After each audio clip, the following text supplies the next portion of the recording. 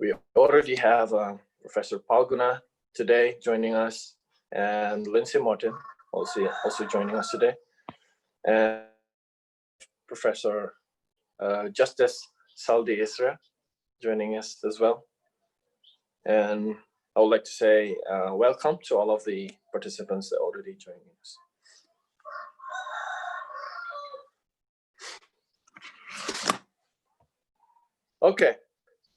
Okay, we're going to get started. We may have some more participants joining us today, but I guess we already have a great size of crowd, so we can just start it and they can just join in the middle of the conversation. Assalamualaikum warahmatullahi wabarakatuh. Om Swastiastu, Namo Buddhaya, Salam Kebajikan. My name is Muhammad Iksan Alia. I'm the researcher of Center for Constitutional Studies. As most of you recognize it as PUSAKO, Pusat Studi Konstitusi, Faculty of Law, Andalas University. I'm delighted today to kick off this webinar as we are discussing a very important topics, comparative government legal system in America and Indonesia. This lecture series is part of the internship program, which is organized by PUSAKO, Faculty of Law, Andalas University, and William and Mary Law School in Virginia. We are doing it jointly with the collaboration with our wonderful partner, the Constitutional Court of Republic Indonesia, with whom we work so closely on many different topics, in particular rule of law, judicial system, and constitutional issues. Today, we have a very wonderful speaker, international speakers, I can say. Two speakers. One is the interns, the selected interns from this internship program, and the other one is a very respected gentleman. I will start by introducing this person, Professor Idewa Gede Palguna, born in 24th December 1961. He's constitutional law professor from Udayana University and have been served 2 terms as the Justice of Constitutional Court of Republic Indonesia. And right now, Professor Palguna holds the records for having been the youngest ever justice in the Constitutional Court. Professor Palguna recently has been appointed as the chairman of the Ethics Council of the Indonesian Child Protection Commission. Good morning, Professor Palguna. How are you doing today, sir? Good morning. I'm fine, thank you. Okay. And our second speaker is Lindsay Martin, graduated from the University of Missouri, Kansas City in political science, and currently pursuing Juris Doctor or JD at William and Mary Law School. And as I mentioned before, this webinar is part of internship program, and Lindsay is selected as the awardee or the intern for the program that we mentioned about. Now, I'll briefly explain to all of us the agenda for our discussion today. We will start with like 20 to 30 minutes presentation from each speaker. So Professor Palguna will start first, and you will have 20 to 30 minutes of presentation, sir. And then I will send the podium to Lindsay that will have 20 to 30 minutes to talk about the American government legal system. And then we will ask response or comments from the representative of the PUSAKO and also the Constitutional Court of Republic Indonesia. Then by the end of the session, we will open 3 to 5 slots of questions from each participant, and then we'll close it. So that is basically the rundown for our webinar today. Without further ado, I will just send this opportunity to Professor Palguna to start our webinar today and to talk about the Indonesian government legal system and how it diverse and different from the other government legal system. All right, the podium is yours, sir. Yeah. Okay. Thank you very much, Iksan. And good morning, everyone. Welcome to this webinar. It is an interesting topic, but when we are talking comparative law, especially comparative constitutional law, and I would like to present my my presentation, and I give the title for my presentation a concise recollection on the amendments of Indonesia's constitutions of 1945. This is merely because I was the one. I used to be one of the member of the the first ad hoc committee at the People Consultative Assembly who signed to prepare the draft amendment of the Indonesian Constitution of 1945. So, thank you again, and I would like to start this presentation with a question. Aside from part of the reform movement demands, why? The question is why the constitutions of 1945 ought to be amended. Yeah. I would like to say that the straightforward answer is this: because a constitutional democratic state mandated by the preamble of the Constitution would never ever come into materialize under the pre-amended Constitution. And here is the explanation.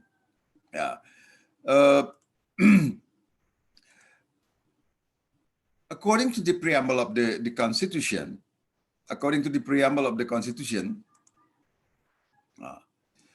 1945, the Constitution of 1945, which was constitutionally construed as the further arrangement of the Indonesian independence, should be the constitution of a republic. In case the Republic of Indonesia, the republic that based on people's sovereignty, it means a democratic state. In other words, the preamble's message was clear that the Constitution of 1945 should be designed as a constitution to establish a constitutional democratic state. Sorry. Yeah. And then the preamble's unequivocal message and spirit was not appropriately formulated in the Constitution. That's the problem. That is the situation within the pre-amended, I would like to say the pre-amended Constitution of 1945. Here is the reason why I said so. The pre-amended Constitution of 1945 developed a system which some experts called the constitutional system based on the principle of MPR Supremacy, or the People's Consultative Assembly's supremacy. Article 1, paragraph 3 of the pre-amended Constitution said, sovereignty shall be in the hand of the people and shall be fully executed by the People's Consultative Assembly, or the MPR. Then the pre-amended Constitution explanation, I should quote unquote explanation, because maybe it's quite strange. Maybe our Constitution, our already amended Constitution, maybe the only Constitution which has an explanation. And according to the pre-amended Constitution explanation, the MPR, the People Consultative Assembly, was the incarnation of the people, or it said in Germany, in German language, Vertretungsorgan des Willen des Staatsvolkes. And because the sovereignty was in the hand of the MPR, the explanation says, sorry, the explanation says, then the MPR's power was unlimited. Yeah.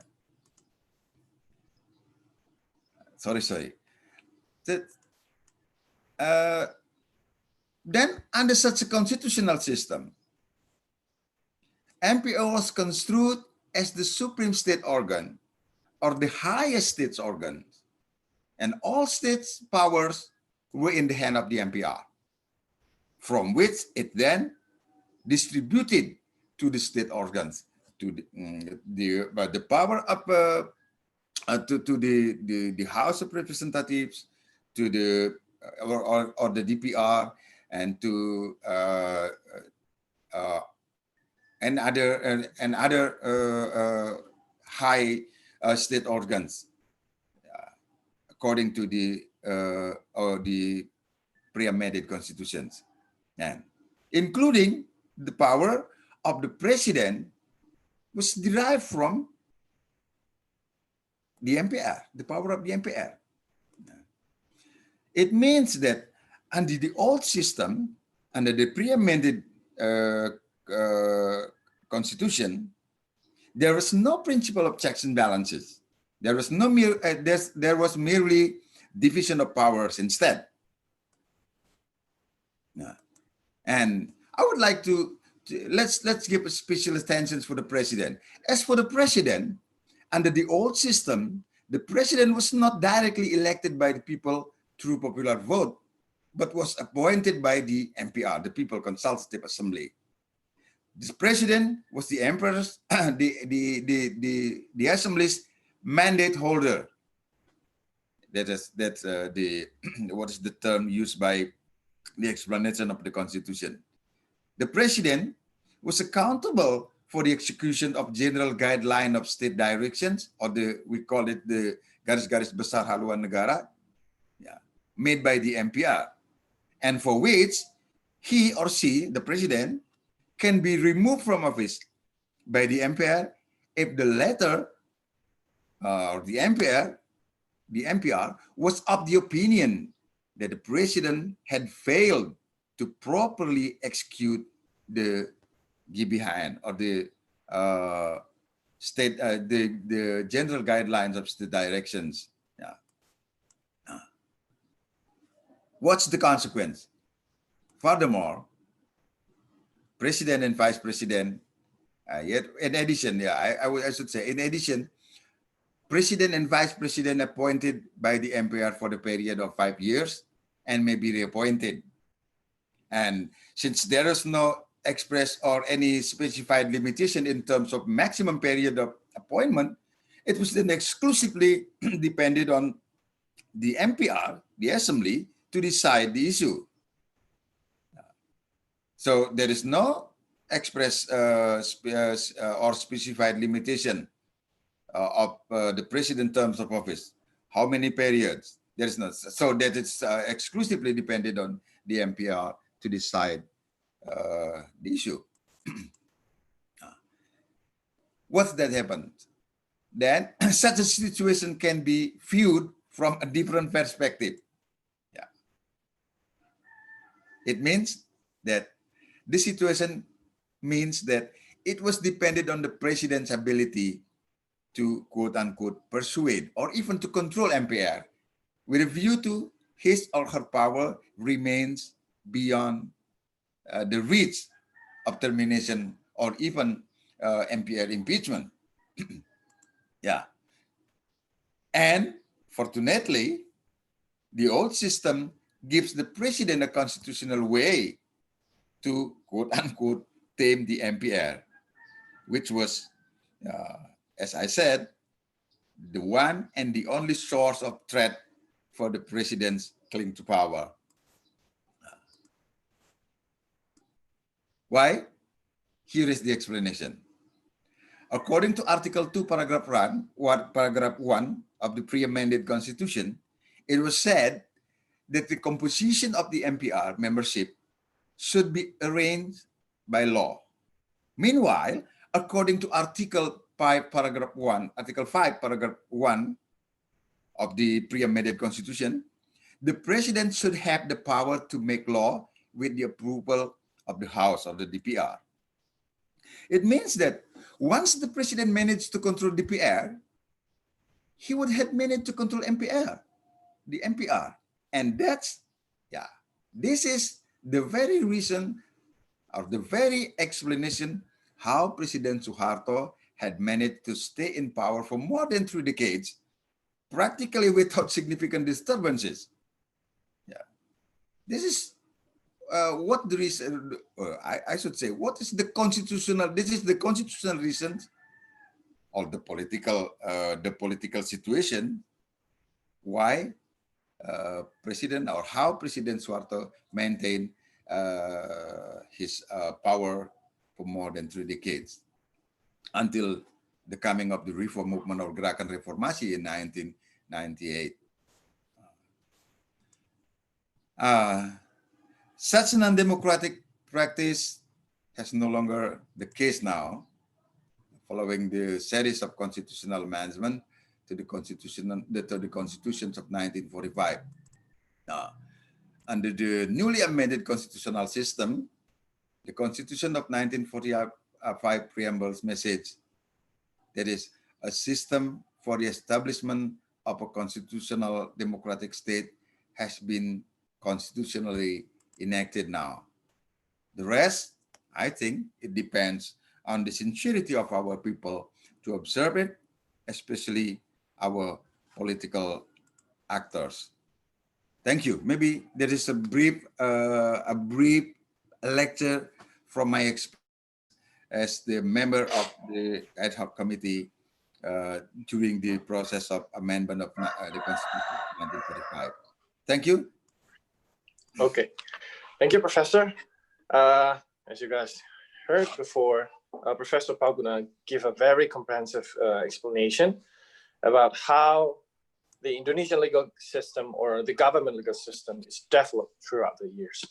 And he asserted about the important role of the amendment of the Constitution as one of the way to shift the Indonesian government legal system by saying that the pre-amended Constitution is not compatible enough to, and it must be amended for several reasons. And those reasons are, first, because the pre-amended Constitution is developed by using MPR supremacy as the soul stone, I can say, and because it used MPR supremacy as the baseline of the Constitution. The MPR power is unlimited, and it constructed MPR or the Indonesian Parliament as the supreme state organ, and it also make the presidential term is unlimited. But after the amendment of the Constitution, the 4th time amendment of the Constitution, it already changed a lot, and right now we already have a quite more democratic government system. Thank you, Professor Palguna. Next, I will send the podium to Lindsay Martin. You will have 20 to 30 minutes. If you want to talk more than 30 minutes, you're welcome to do so. So the podium is yours. Thank you so much. And thank you for having me today. I have a PowerPoint that I can share on desktop. Oh, I'm sorry. I'm trying to load it.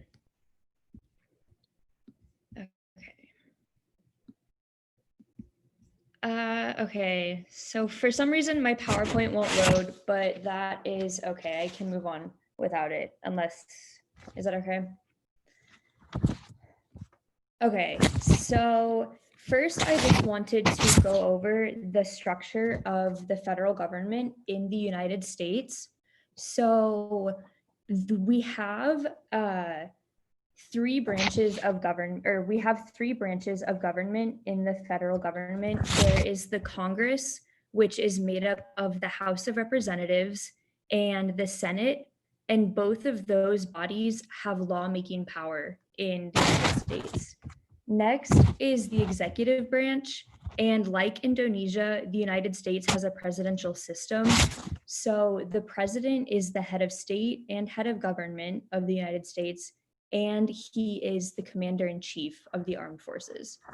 The executive is also made up of the vice president, as well as 15 different executive departments. So these are the Department of State, which handles foreign affairs, the Department of Labor and Education, and there are 15 of those.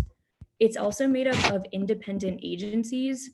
So these range from doing tasks like intelligence, so the Central Intelligence Agency and National Security Agency, to things like the Postal Service or the Federal Reserve. And then the final branch of government in the federal government is the judicial branch. And so at the very bottom, there are federal district courts, and these are the trial courts in America. So there's at least one of those per state, but the more populous states have more than one district court. Above the district courts are the US Courts of Appeals, and then above the Courts of Appeals is the Supreme Court. And the Supreme Court in America is different than Indonesia because we don't have a separate constitutional court that does judicial review. Rather, the Supreme Court does judicial review in the United States as well. So then I wanted to talk about the separation of powers in America. When the framers drafted the Constitution in America, they created a system based on separation of powers, which means that each branch is independent of the others. So the Congress is supposed to make the laws in America. The executive branch is supposed to implement and enforce the laws, and the judicial branch decides cases and controversies about the laws. And in theory, those are not supposed to interact, or one branch isn't supposed to do another branch's duties. In practice, we've seen the legislature delegate some of its lawmaking authority to the executive branch at times. So it's not strictly that the Congress only makes laws. Those separation of powers exist, but they bleed a little bit between each other. Next, and related to the concept of separation of powers, is checks and balances, which Justice Palguna also mentioned in his presentation. So all three branches are supposed to have the sole authority to perform their own specific functions. Like I said, the Congress makes laws, the judicial branch hears cases, and the executive branch implements the laws. However, the branches are still interdependent. And so the legislature makes laws, but once the House and the Senate pass a piece of legislation, it goes to the president, and the president can choose to approve that bill or veto that bill. And so the president still has a role in lawmaking in America. The court also poses a check on the legislature because it can perform judicial review, and it can hold that a law passed by Congress is unconstitutional. And so on the executive, there are also checks. So the president has the authority to make appointments. And so these are for positions like ambassadors or judges. However, the Senate has to approve those. So the president cannot just put whoever he wants in those positions. Congress can also impeach and remove the president, as you all probably know if you followed American news this year. So the House of Representatives is in charge of impeaching the president. That's done by a vote. And then the Senate, the upper chamber, is the body that actually, oh, thank you very much. Yeah, the next slide, please. One more, sorry. Thank you. So you can see the Congress impeaches and removes the president, but the Senate did so. In the case of Donald Trump, the House of Representatives impeached him, but the Senate did not vote to remove him from office. Also, the president can make treaties, but the Senate again has to ratify them. And finally, the court also poses a check on the executive because it can rule that the president's actions are unlawful and that he does not have the authority to act in the way that he's acting. There are also checks on the judiciary. Mostly the president gets to choose who serves on the judicial branch because he makes those appointments. Congress also can impeach and remove judges, just like it can impeach and remove the president. And Congress also sets the size and the budget of the judiciary, and that goes from the federal district courts all the way up to the Supreme Court. So the next slide, please. Okay, and then the last thing I wanted to talk about today was federalism in the United States. And this is an area where I think it differs from Indonesia pretty significantly because Indonesia is a unitary state. And so in a unitary state, the power resides in the center with the central government. And then the central government can choose to devolve that power to a regional or a local government, but it can choose to take back that power. In the United States, the Constitution divides power between the federal government and the states, and it designates specific powers to the states that the federal government cannot take away. So that is the main difference. In the United States, the Constitution gives the federal government specific powers in the Constitution. And whenever the federal government acts, it has to be able to point to something in the Constitution that authorizes it to act in the way that it's acting. And if it can't do that, then it's not acting, then it cannot do that action. So under the 10th Amendment, the powers that are not in the Constitution for the federal government are reserved to the states. And so this is supposed to limit the federal government's power and prevent it from becoming too powerful and encroaching on individuals' rights.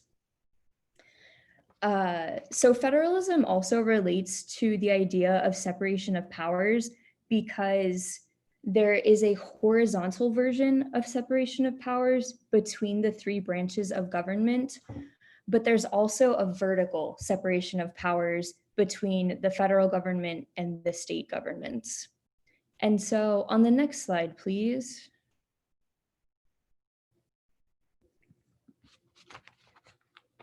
Oh, the next slide, please.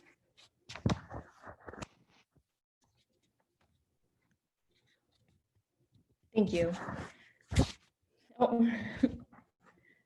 Thank you.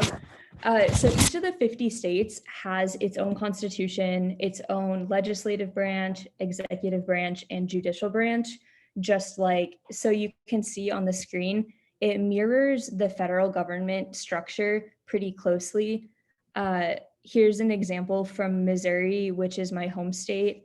There is a legislature called the General Assembly. There's a House and a Senate. Each of the, and in the executive branch, each of the 50 states are led by a governor. There's also a lieutenant governor who takes over if the governor can't perform his or her duties. And then there are other public officials, and there are also executive departments like you see at the federal level. And finally, there is also a judicial branch. So each state has its own court system. So in the United States, there are 50 state court systems and the federal court system. These can vary pretty widely between the states Sometimes a state will have separate courts for criminal and civil cases. In Missouri, there is just the trial court, which is the circuit courts, then the intermediate appellate court, and the Supreme Court. And so most states have these 3 layers as well. And then generally speaking, because there are 2 different court systems and levels of the court, generally speaking, if the case involves a state law, then it will go to a state court. And if it involves a federal law or the federal constitution, then that case will go to a federal court. And then the final slide, please.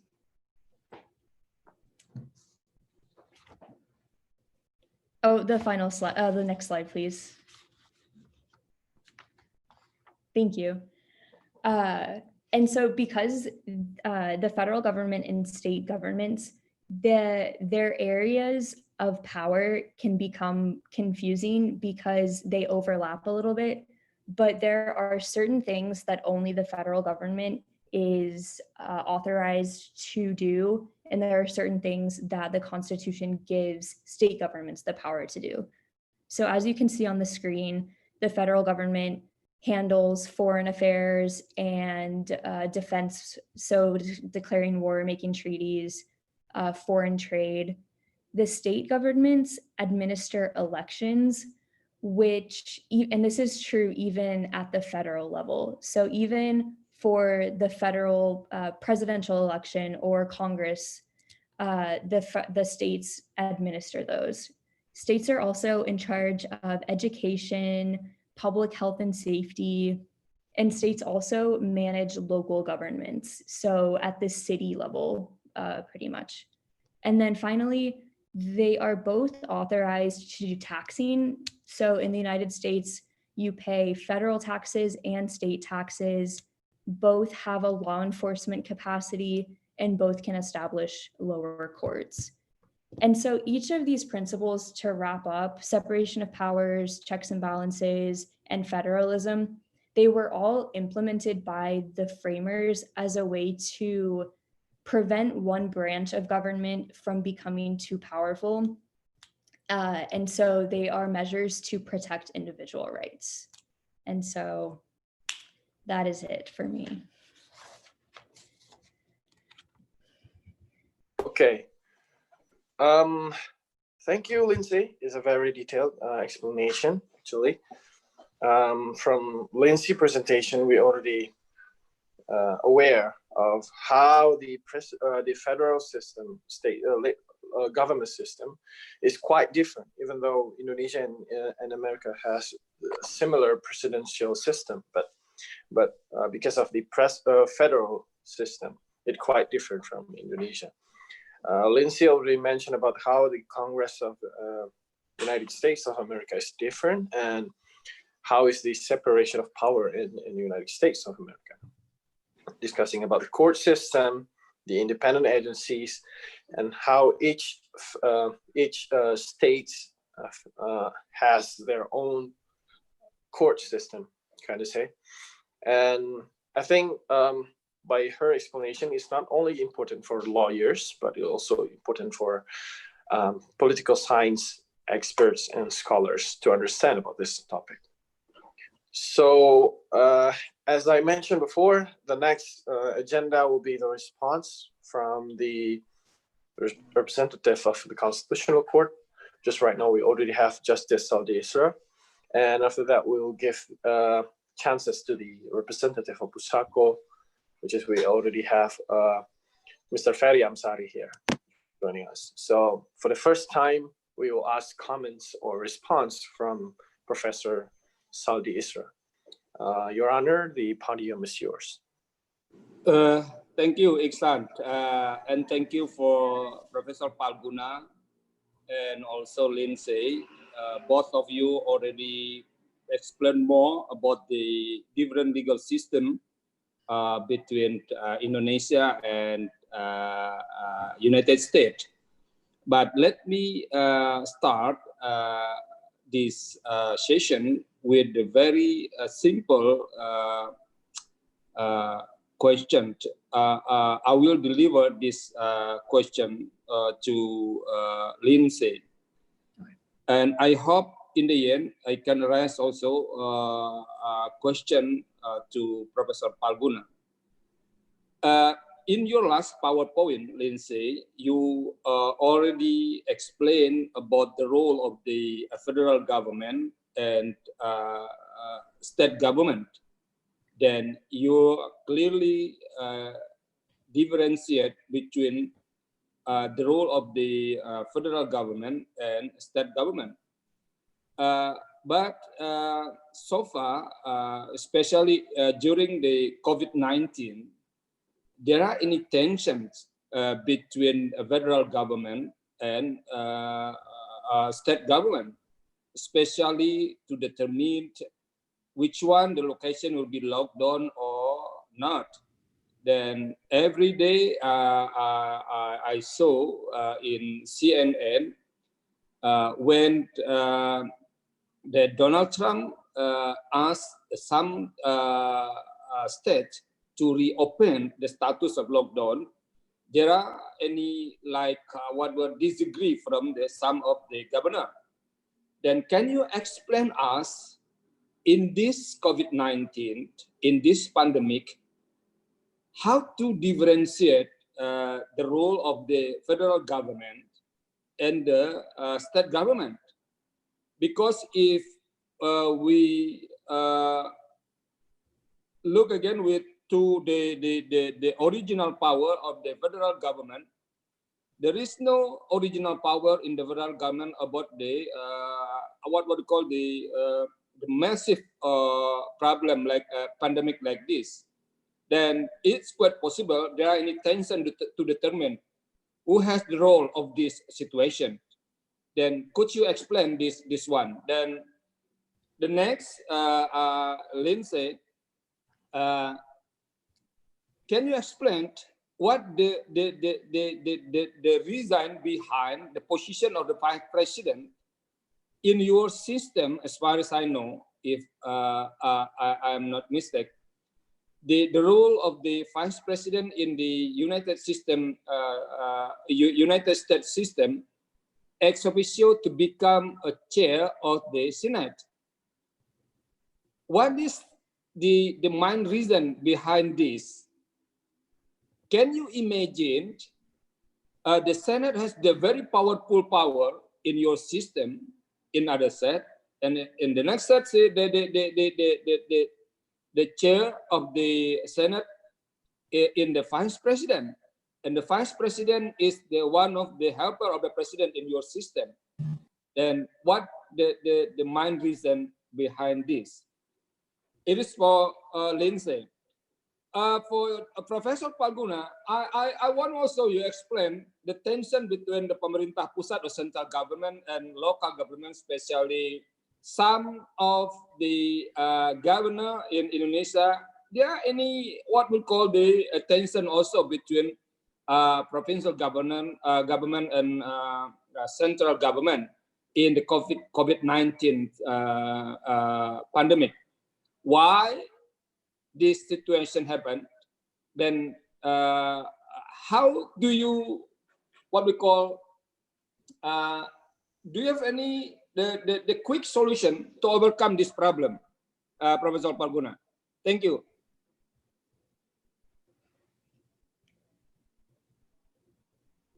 Justice Palguna, do you want to go first or should I start?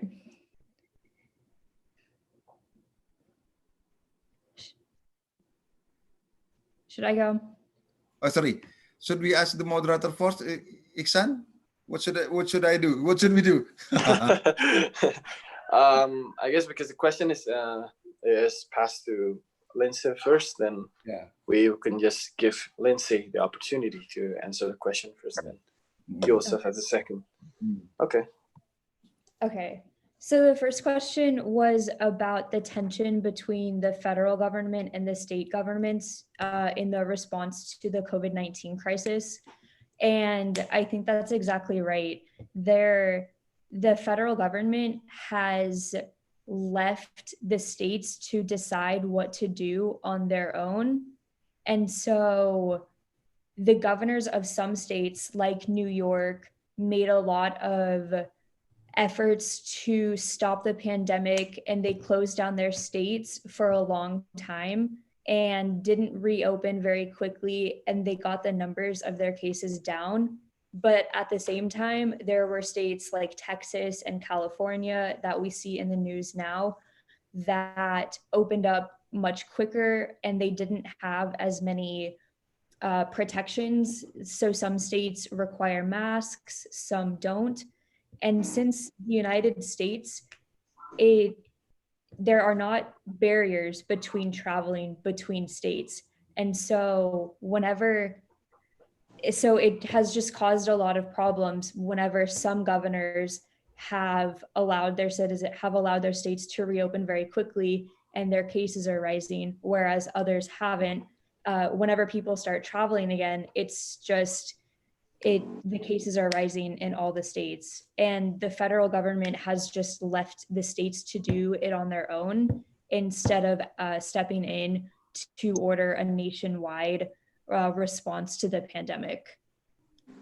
I hope that answers the question.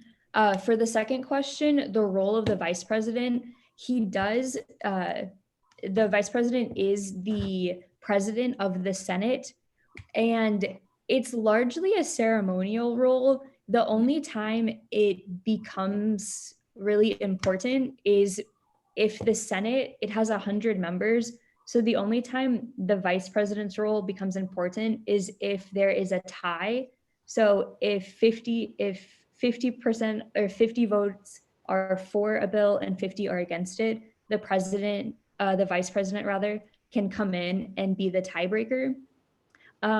Other people have said that the vice president's role is important because it can provide a check against the legislature.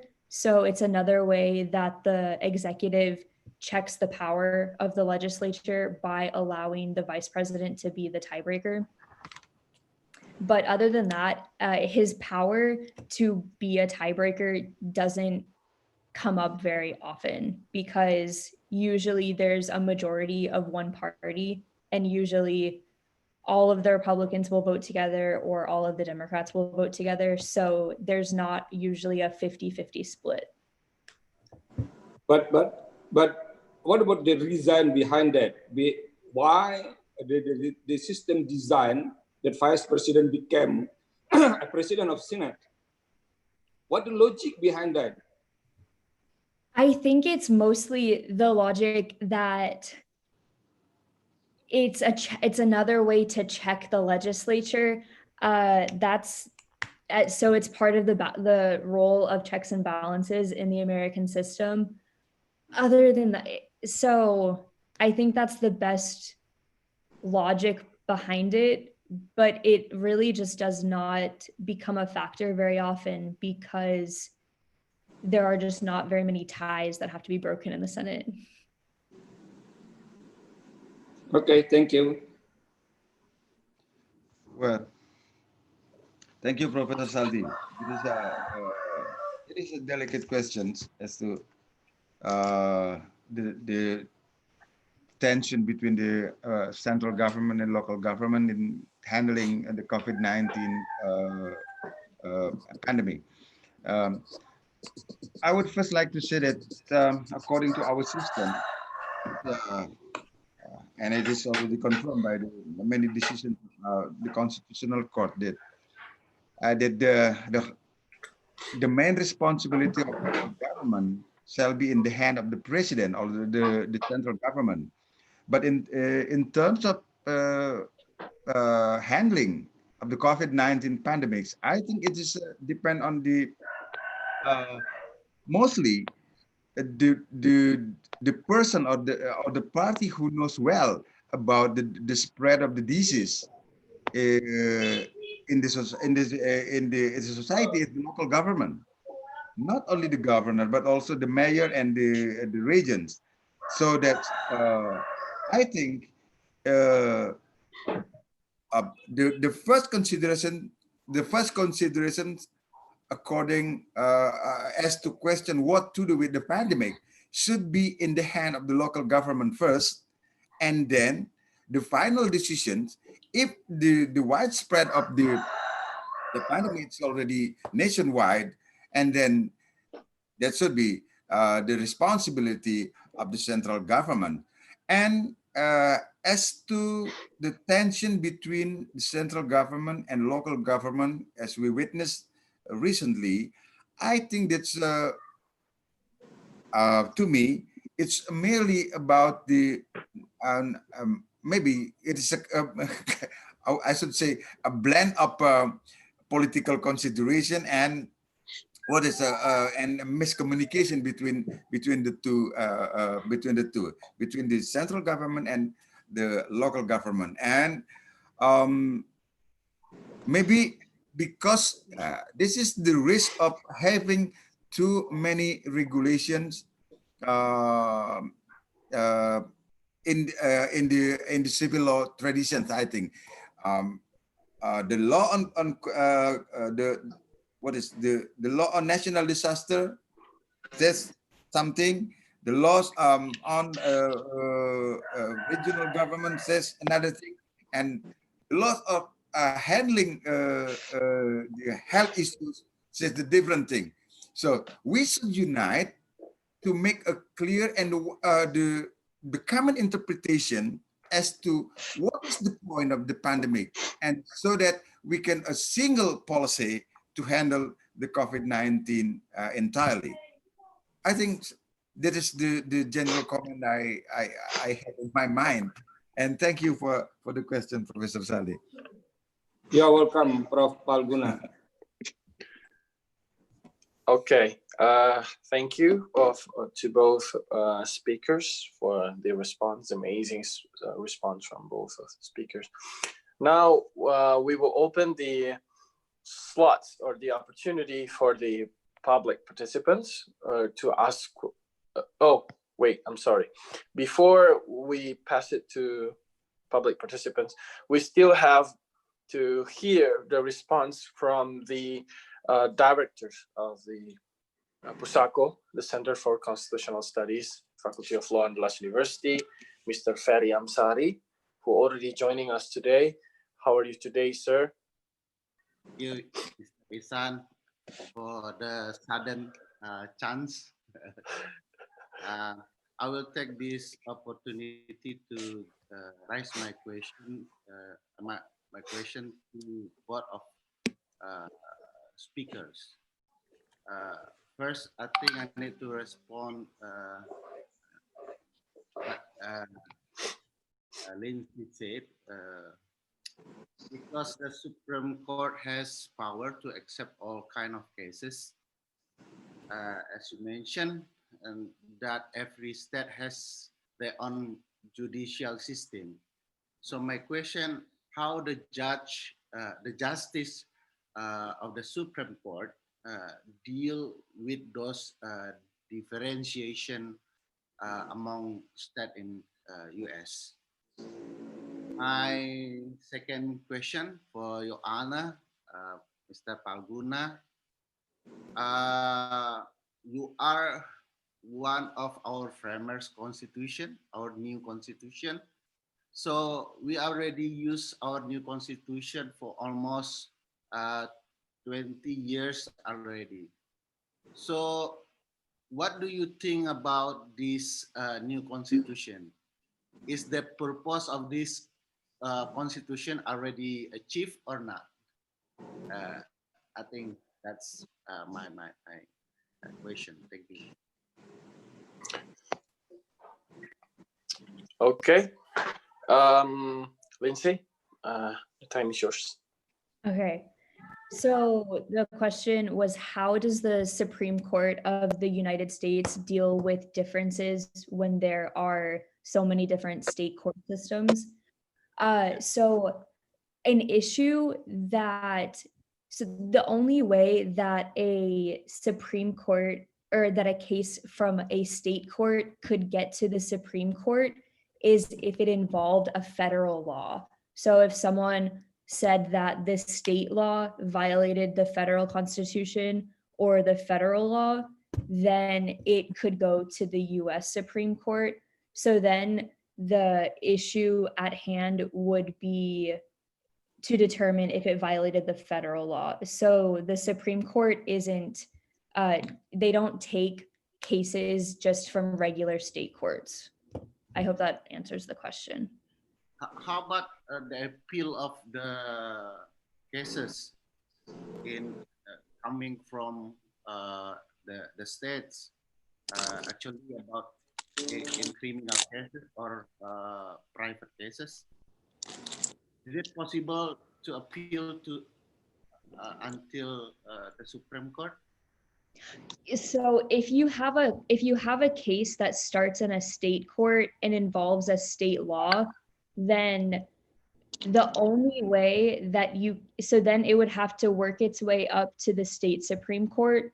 And the only way it could get to the Supreme Court of the United States is if someone said that that state law violated the federal constitution or another federal law.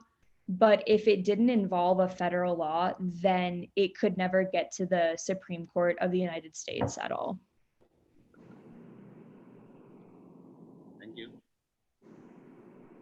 It's now my turn. Yeah. Well, thank you, Perry. It is a delicate question, actually. Is the proposal of the amendment of our constitution already achieved its already achieved or not? This is. Let me see your questions from the some perspectives. In terms of norms and institutions, I think it is enough for the constitutional system to work to achieve its goal. It means to be the foundation of a constitutional democratic state mandated by the preamble of our constitution. But in terms of daily practice, I think we still have so many problems. And the most intriguing one, to my opinion, is how to develop a democratic and political mature political culture, especially among our political actors. And it must be first started from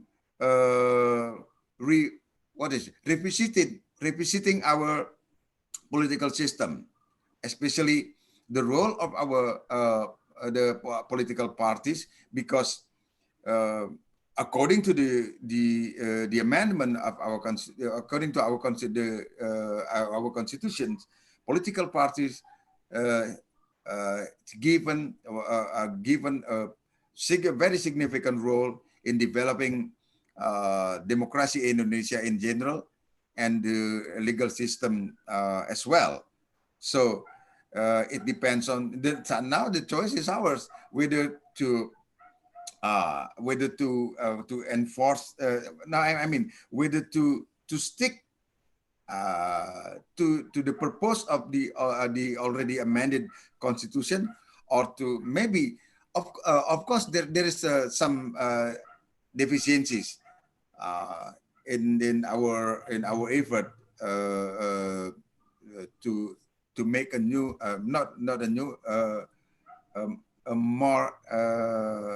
a more suitable constitution. But I think the system developed by the amendment, it's already enough. Now it's depend on our, as I said, on our maturity in accepting the norms and institutions developed under the amendment and the constitutional system. I think that's my general answer. We don't need more GBHN. Actually, what we need to reform our political party, is it? Yes. As to GBHN, as to the issue of GBHN, I think if you'd like, I'd already had an article about the issue, and I presented during the socio-legal conference in the University of Indonesia, and I would be glad if Pusaku want to know my interpretation, my opinion about the GBHN. I would be it would be okay, and thank you. But this is my comment on the issue. If the so-called GBHN in Bahasa Indonesia, if is maintained, I think it is not compatible with the spirit of the constitutional system developed developed by the fourth-time amendment of our constitution, because the GBHN, we know it's derived from the conception that the MPR, the People's Consultative Assembly, is the sole, the highest power, the incarnation of the people, and then the GBHN, the so-called GBHN, was made as the state guideline and should be followed by the president. And if the president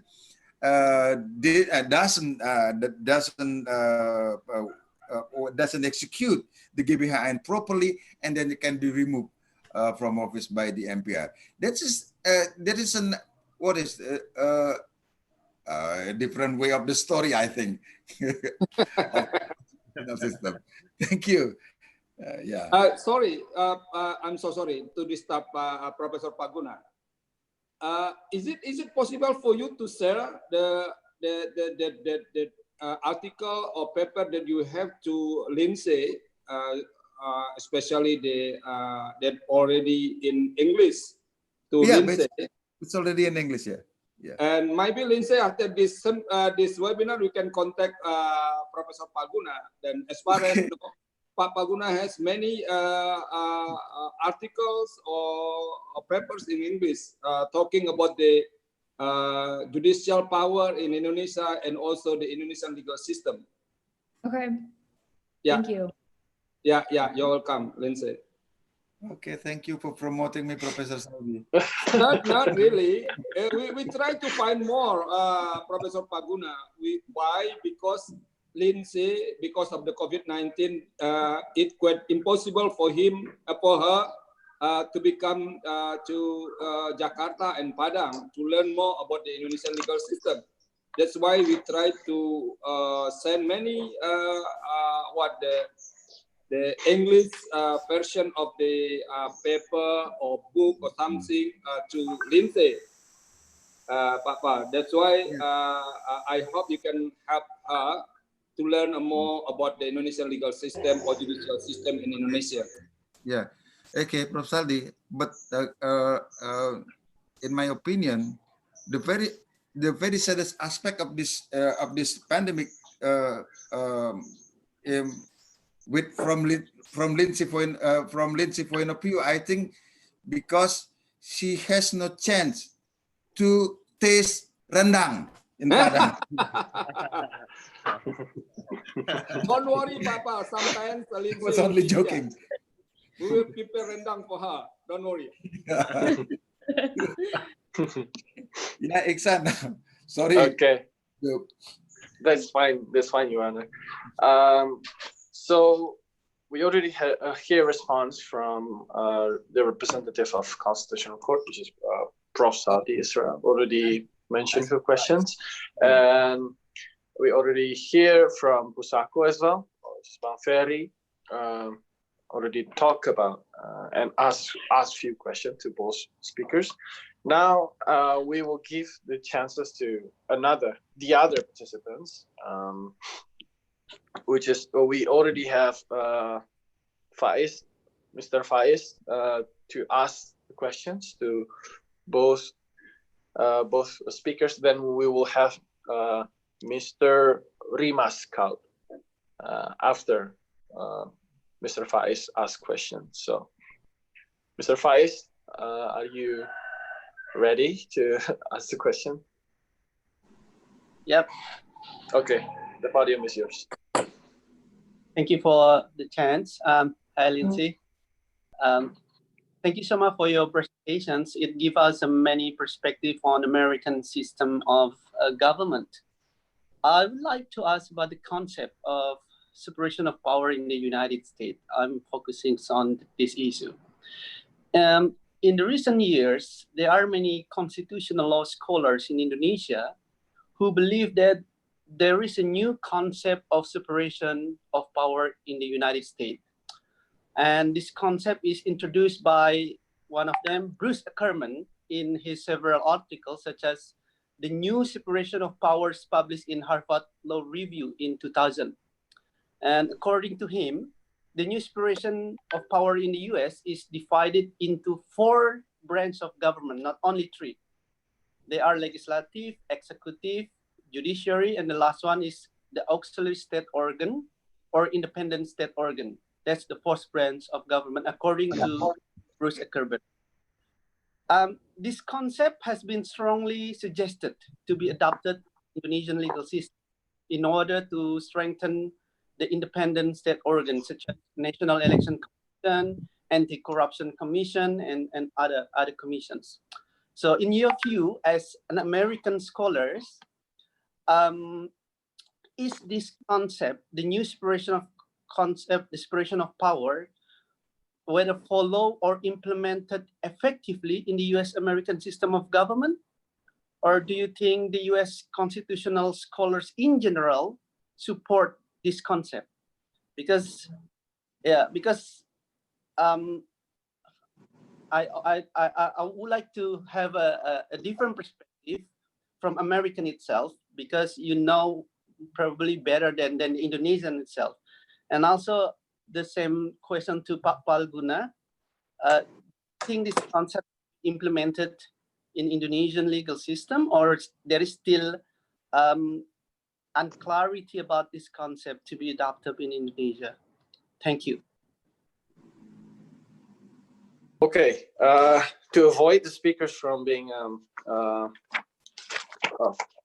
obscure or forget about the question, then we'll just ask both speakers to answer the questions. We'll start with Lindsay to answer the question, and then we'll pass it to Justice Palguna. Thank you, Faiz, for the question. I did not hear what the 4th. Could you repeat what you said for the 4th branch of the government? The 4th branch of government, according to Ackerman, is the auxiliary state organ or supporting state organ. You can say independent state organ. Yeah. So, okay. I am not familiar with that concept, to be honest with you. And so I don't have a good opinion about it yet. Could you explain a little bit more about what it means, about what the auxiliary organ would mean? Yes, some example of this state auxiliary organ is like national election commissions, like in Indonesia, or anti-corruption commissions. So this is what I very curious, whether it is commonly accepted by the US constitutional scholar, because critically, if someone quote Harvard Law Review, then Indonesian believe, oh, it is accepted generally in the US. But I don't think so. So that's why I asked this question, whether you at least have heard such kind of this concept, or your professor in the US, or it's only just paper, but it's not implemented well in the US. Okay, so thank you for the explanation. I had not heard this concept before. I took a constitutional law class last semester, and we did not discuss this topic, but so from my understanding, I don't know if it's widespread among constitutional law scholars yet, but that's just my understanding so far. So we haven't talked about it in my classes yet. Maybe that's just me, but from my understanding, I don't know if it's widespread in the United States at this point. Thank you. Okay, thank you, Faiz. This is another delicate question for for me, but I think the person who can explain this this quite well, I think it's Pak Ucheng, that's Mr. Zainal Arifin Hussein, but he is not joined. He is not with us today. But I think here is my opinion. Maybe the Indonesian scholars who are quite intensive delivering the knowledge and expertise about the issue is Professor Jimli Asidiki, I think. And according to Professor Jimli, this is important. And Ucheng many times cited Professor Jimli's term as what is called campur sari. What is campur potpourri? Maybe in English, I don't know. Yeah, the new separation of powers is quite distinct from the traditional or classic separation of powers developed by Montesquieu, I think, and quite effectively, as I see, applied in many countries, especially in the United States. But now, with the coming of the new concept of separations of powers, has already entered Indonesia with the adoption of the General Election Committee and many others, whether it is developed as a constitutional state organ or another state organ, or maybe only established by the constitution, or it's already developed by law. That is another question, another problem. But one thing for sure is that we cannot set aside the important function of this kind of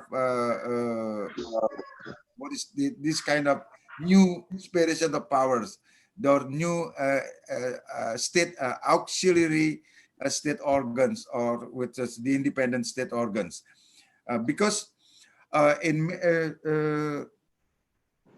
many cases, our experiences during my experience during when I served as the Justice of the Constitutional Court show that this kind of the fourth powers in the new separation of powers system even sometimes gave another insight in comprehending a new constitutional issues, maybe during the process, maybe during the hearing of a case, especially in the reviewing the constitutionality of law in front of the Constitutional Court. Let's say, for example, the view of the commission, the Corruption Eradication Commissions. This is quite different from the executive and the House. It is important for the court to consider what is said. It is a kind of second opinion, what is called the what is pihak terkait in it. It's the concerned parties in a review in a law review case. That would make the court a chance to reconsider not only the classic the classic spirit of separation of power, but also a wider sense of constitutionality of a new given a new given development in the practice of our constitutional system, especially applied in the process of law review in front of the Constitutional Court. I think that's the general comment I can say for the important question by Vice. Thank you. Okay, thank you, Mr. Faiz. Thank you, Professor Palguna and Lindsay, for the first response. The next question will give the chances to Mr. Rimas Kausa. Time is yours, sir.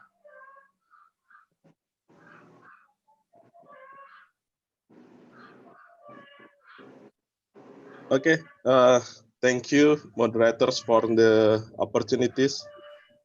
I like to ask to Ms. Lindsay Morgans 2 questions. The first question is, how is the status of the Federal Reserve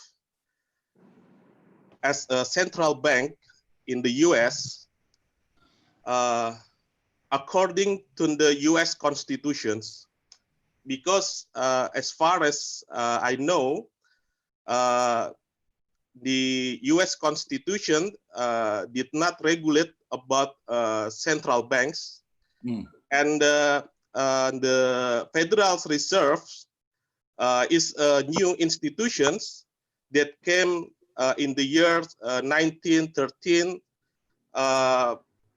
by the Congress under the, if I'm not mistaken, is President Woodrow Wilson that passed the Federal Reserve Act.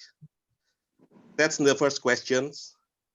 And my second questions about monetary system in the US according to the constitutions.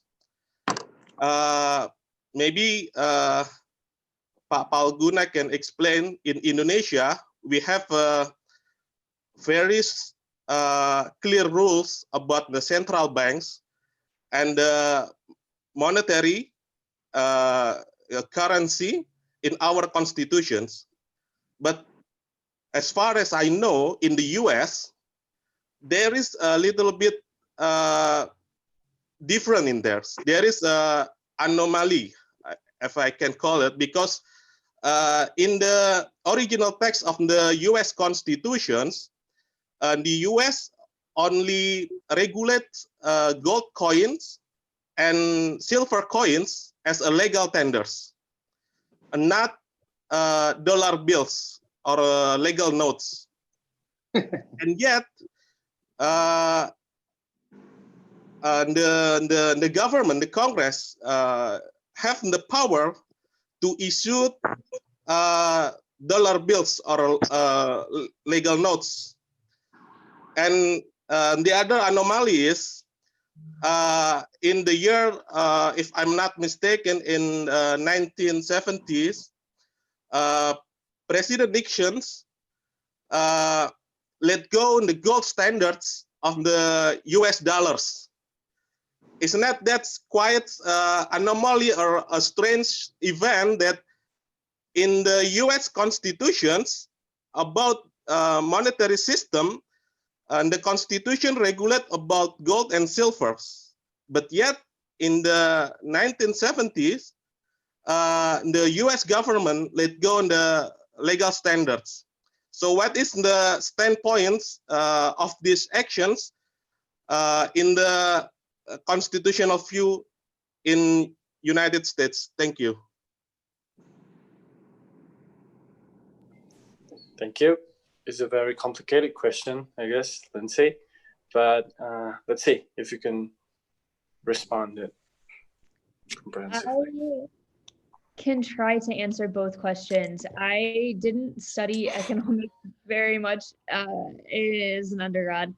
But for the second question first, with the currency, the United States Constitution gives the federal government the power to coin money. So that relates, so it gives the United States government the power, the sole power to regulate the currency.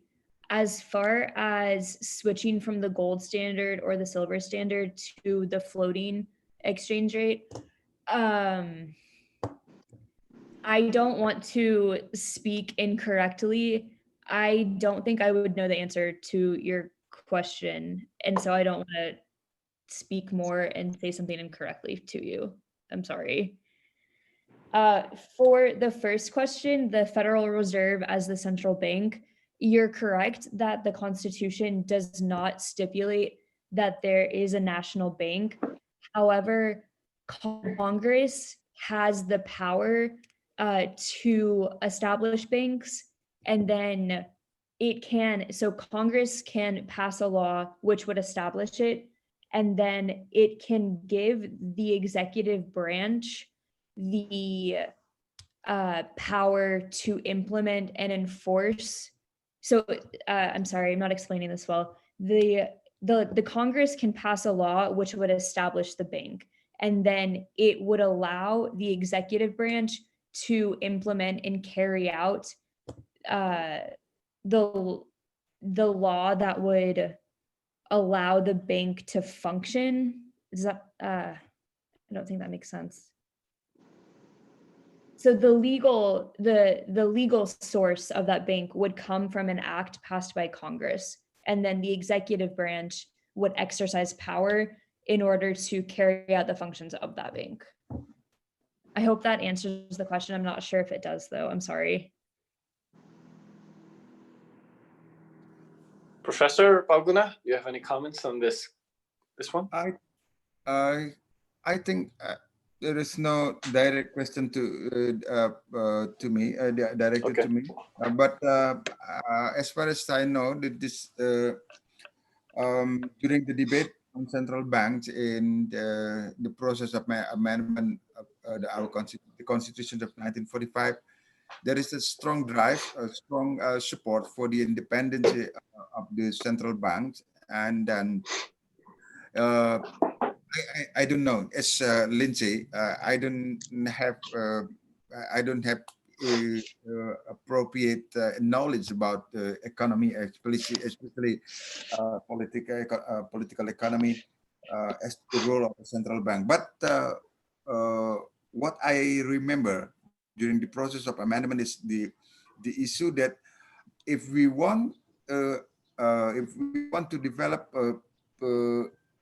a healthy system in our economic development in the future, we should have an independent central bank, whether it is called Bank Indonesia or another. It is another issue, but we shouldn't detail the role and function of the central bank in the Constitution. It could be arranged by law. That's the only comment I have based on my experience during the process of the amendment of our constitutions. Thank you. Okay, thank you, Professor Palguna. We already have 2 questions right now. As I mentioned before, we will open like 3 to 5 slots of questions. I have the last one.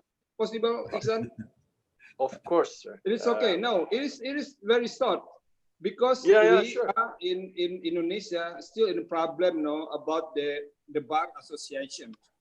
Here in Indonesia, we have many associations in lawyer. Then each organization sometimes is contradict with the other organization. Could you explain how to manage the bar association in your legal system? It is a single organization or single bar system or multiple organization or association?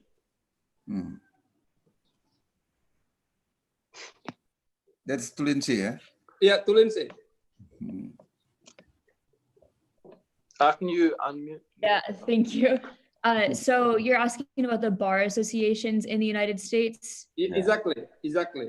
Okay, there is the American Bar Association, And that is what guides the graduation requirements and educational standards at all of the law schools across the country. There are also separate bar associations in each state and each city based on practice area as well. And those are not requirements for someone to join, but they're an option if you want to join them. There are any special examination for the new what we call for the new lawyer, or it is only if you finish your law school you can enter to the bar to be a lawyer? Okay,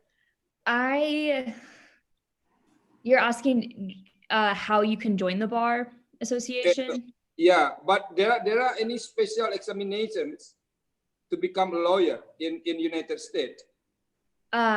Yes. So after the end of 3 years of school, every person, you have to take a bar exam, and that depends on, you would take the exam in the state that you want to practice law in.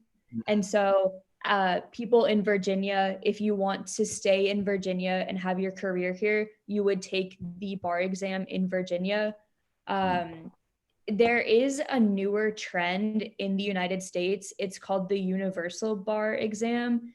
And this would mean you would only have to take one bar exam, and it would work in a number of different states. It's not in every single state yet, but it's in, I think, more than 30 so far. So it's becoming better. Before that, if you wanted to practice in more than one state, you would have to take the bar exam in New York and Virginia and Illinois and however many different states that you wanted to practice in. So I think the newer trend is this universal bar exam. Yeah, that's. Okay, thank you. Do I need to pass it to you, or we can just move on to the second questions? Me? It's enough. Okay. It's clear. Clear? Okay. Yeah. Okay. Maybe Dr. Paguna will respond. Yeah. Do you have any response to that, sir? Yeah, I think no. As we know that the 50 states in the United States of America is very has their own and distinct system, legal system. So I think it is impossible for a lawyer to comprehend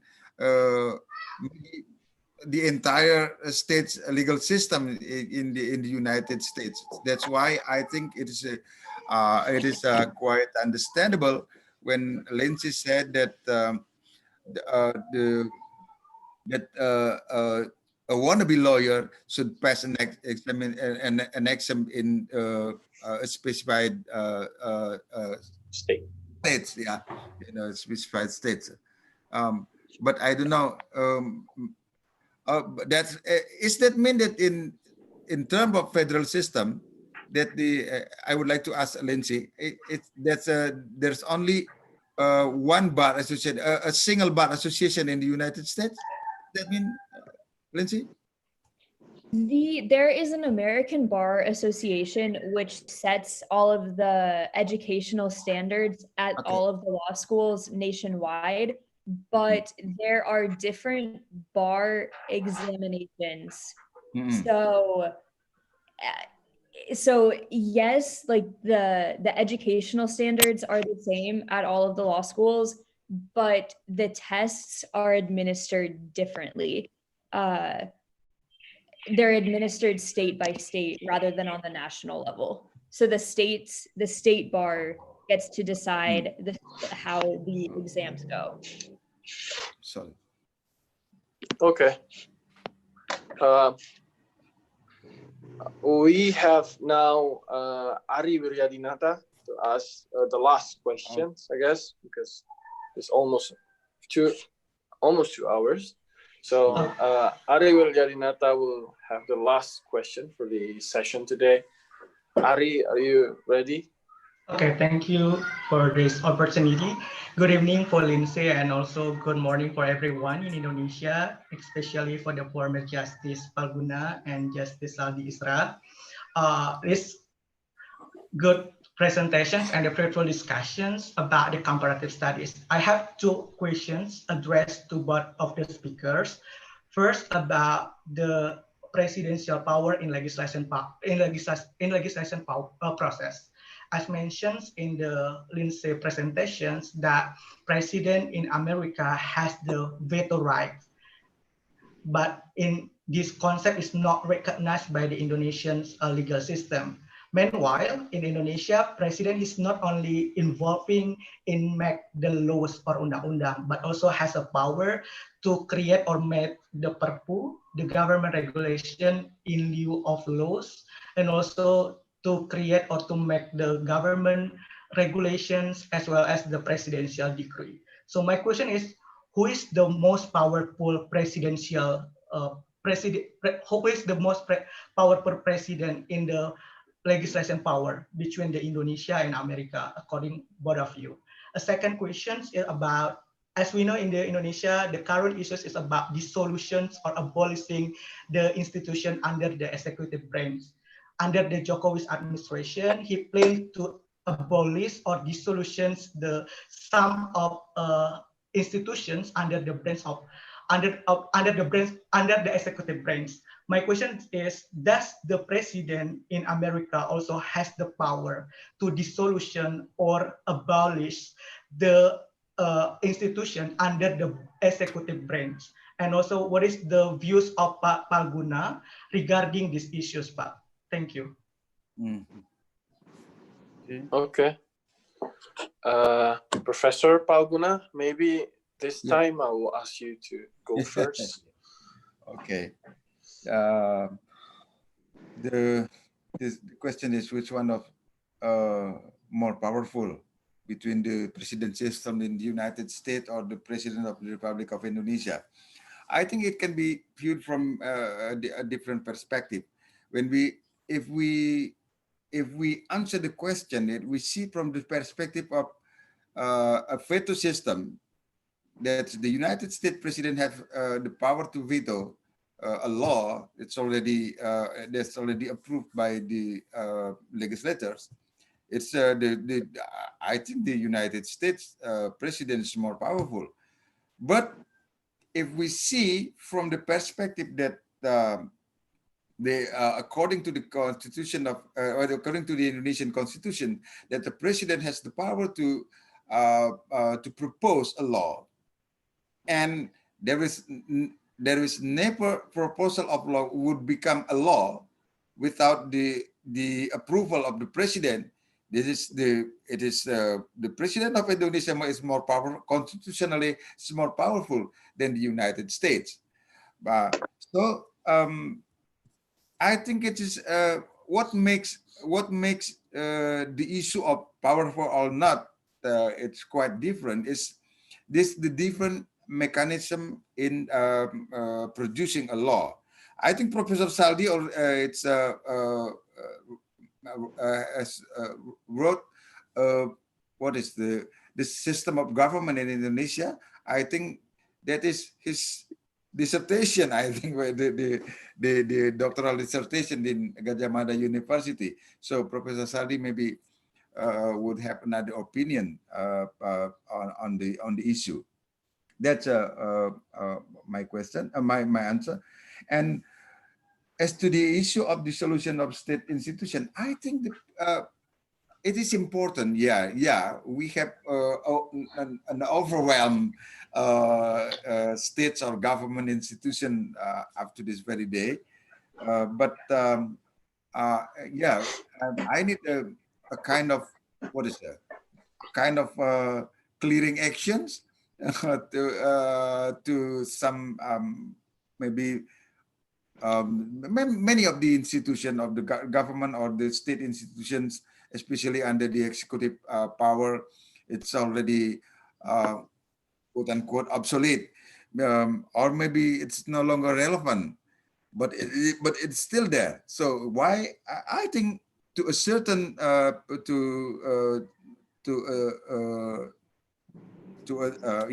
to a certain perspective, I agree with the president that we need to dissolve those institutions that's already obsolete or no longer functional. That's what I can say. Thank you. Thank you, Professor Palguna. Lindsay? I'll answer the first question about which president is more powerful. So the president in the United States does have a veto power and can veto any legislation, but that is not after the president vetoes a bill, it can go back to the Congress. And then Congress, if it has a super majority, so that's 2/3 of each chamber, Congress can override a presidential veto. And so the presidential veto is important, and it is really hard, especially since the Senate and the House are very polarized today between the Republicans and Democrats. It would be very hard to reach a supermajority to override a veto, but it's not impossible. So we always learned growing in my political science classes that the actual legislative abilities of the US president are pretty weak compared to other countries, because the president cannot introduce his own legislation. If he wanted to introduce a bill, he would have to go to a member of the House or the Senate and get that person to introduce the bill on his behalf.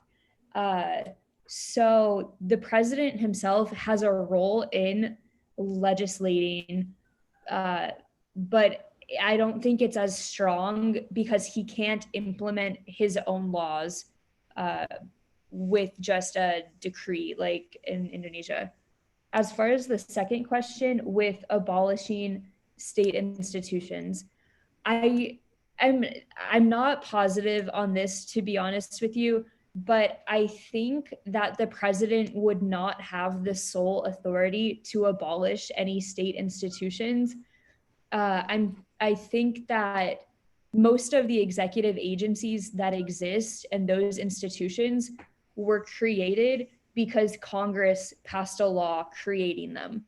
So Congress would have to pass a law to abolish those agencies. The president could not do that unilaterally. That is my best understanding right now. Perfect. Okay. We already hear 3 questions from the public participants. We have response from the representative of Constitutional Court, which is Professor Saldi Isra. We already have Bang Ferry Amsari give some comments on this session. So I think this is the end of our session today. I would like to say thank you to both speakers. Professor Palguna, it's such an honor, sir. And Lindsay, I hope your internship program will organize neatly, and by the end of the internship program, you will have something to talk about Indonesian legal system or comparative analysis on Indonesian and American legal system. To close this session, I would like to say that both of you has given a very comprehensive analysis on how the government system is a very necessary features of our modern complex society, because it is a very important organ or system to ensure stability, fairness, justice within the society. It might be different from each state, but by the end of the day, the purpose of the government legal system will be always the same: to fight for the purpose of the society. We have a very broad and detailed explanation about both Indonesian and American legal system, and I hope this session has given a very a good knowledge and understandings to all of the participants about how American and Indonesian legal system works. I think that's it. That's the end of our session today. Thank you to all of the participants. Thank you to all of the speakers. Thank you to Justice Saldi Isra and Mr. Ferry Amsari, Mr. Faiz, and to all of the people that asked questions today. As the moderators, I will close this session, and thank you to all, to the attention to all of you. Assalamualaikum warahmatullahi wabarakatuh. Waalaikumsalam. Thank you very much. I Thank leave you. the session. Yes, Thank see you, Iksan. Thank you, Baba. Yeah. Thanks, everyone.